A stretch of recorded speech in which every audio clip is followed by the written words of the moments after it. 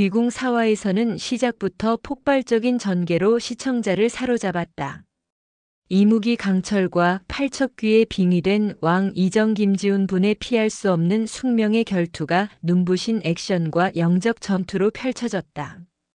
두 존재는 단지 무기로 싸우는 것이 아닌 수백 년의 한과 본능, 그리고 운명을 건 대결을 벌였다.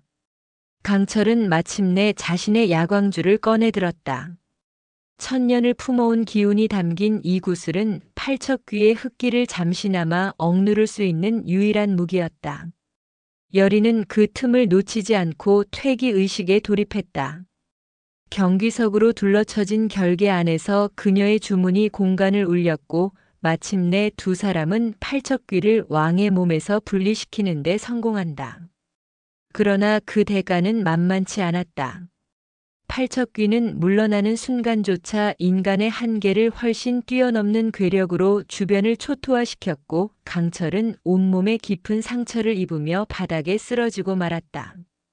그를 발견한 여리는 눈빛을 굳히고 곧장 치료에 나선다. 손수 상처를 씻기고 정성을 다해 뜸을 놓는 여리. 강철은 자신을 따뜻하게 바라보는 그녀의 손길에 알 수 없는 감정의 파동을 느끼며 난생 처음 겪는 인간의 설렘에 어쩔 줄 몰라 한다.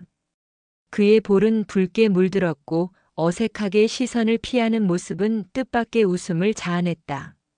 맹수 같은 존재가 여리 앞에서만은 초보 연인처럼 순해졌다. 한편 자신이 잠시나마 팔척귀에게 몸을 빼앗겼던 이정은 깊은 혼란에 빠져 있었다. 그는 국본으로서 무속 신앙을 강력히 배격해온 인물. 신이나 영의 존재를 받아들이지 않던 그에게 이 모든 상황은 상식의 붕괴를 의미했다. 더욱이 자신이 직접 겪은 초자연적 사건을 인정한다는 건 자신의 신념을 무너뜨리는 일이었다. 결국 이정은 국법을 내세워 강철과 여리를 처벌하려 한다. 하지만 그런 그의 앞을 막아선 것은 건강을 되찾은 원자 박재준 분이었다. 그는 여리가 아니었다면 여전히 팔척귀의 저주에 시달렸을 것이라며 두 사람에게 가해지는 책임을 거둬달라 간청했다. 사태는 일단락되었지만 왕의 내면엔 더 깊은 경계심과 의욕이 자리 잡기 시작했다. 그 와중에도 강철은 팔척귀가 완전히 소멸되지 않았다는 사실을 감지하고 있었다. 그 기운은 어디선가 다시 살아나고 있었다. 그는 여리에게 궁궐을 떠나자고 단호하게 말한다. 그러나 여리는 한치의 망설임도 없이 그의 말을 잘라버렸다.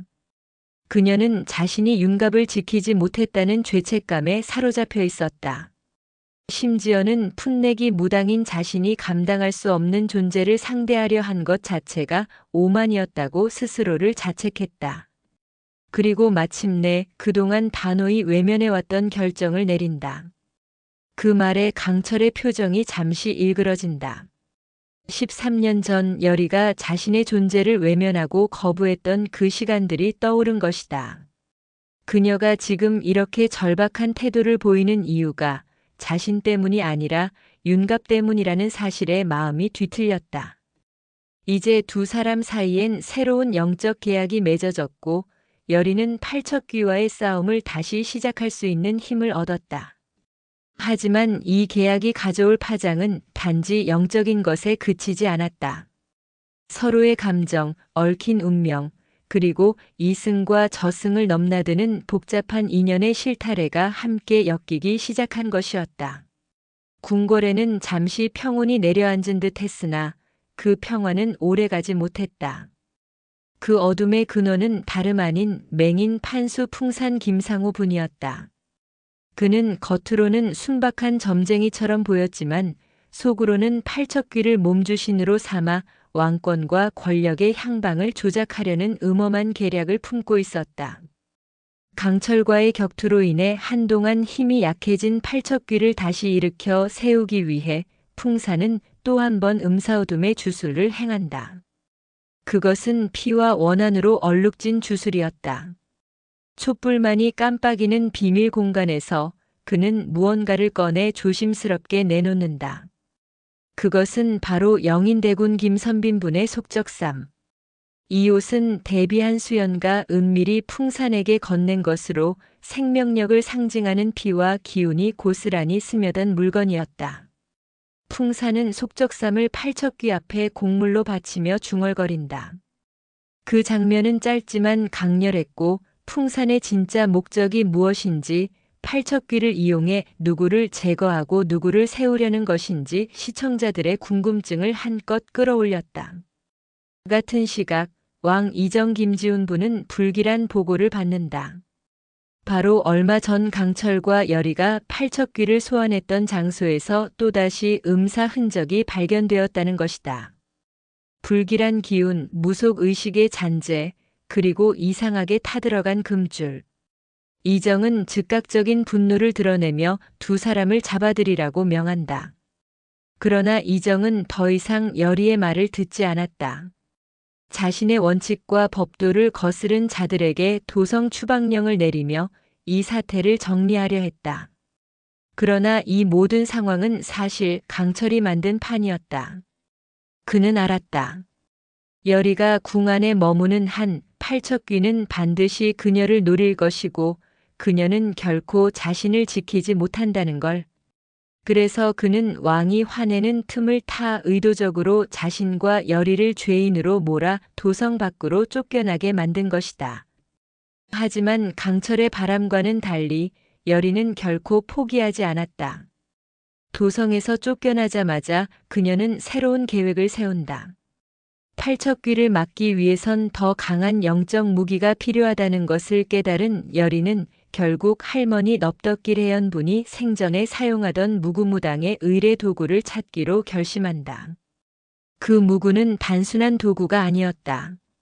세상과 신을 잇는 통로이자 강대한 영적 에너지가 담긴 유물이었다. 열이는 그 무구의 소재를 알고 있을 것으로 추정되는 가섭스님 이원종분을 찾아 나서기로 한다. 그리고 그 여정 속에서 그녀는 강철에 대한 오랜 오해와 증오의 실체를 마주하게 된다. 그는 열이를 괴롭히기 위해 따라다닌 존재가 아니었다. 오히려 누구보다 일찍부터 열이를 지키려 했던 수호자였다. 그가 발톱을 감추고 냉소와 거리를 가장했던 이유는 단 하나. 자신이 열이 곁에 설 수 없는 존재라 믿었기 때문이었다. 하지만 모든 것이 잠잠해졌다고 믿은 찰나 단숨에 심장을 조여오는 숨막히는 반전으로 마무리되며 시청자들을 소름 끼치게 만들었다. 강철과 열이는 도성 밖 깊은 산중을 걷고 있었다.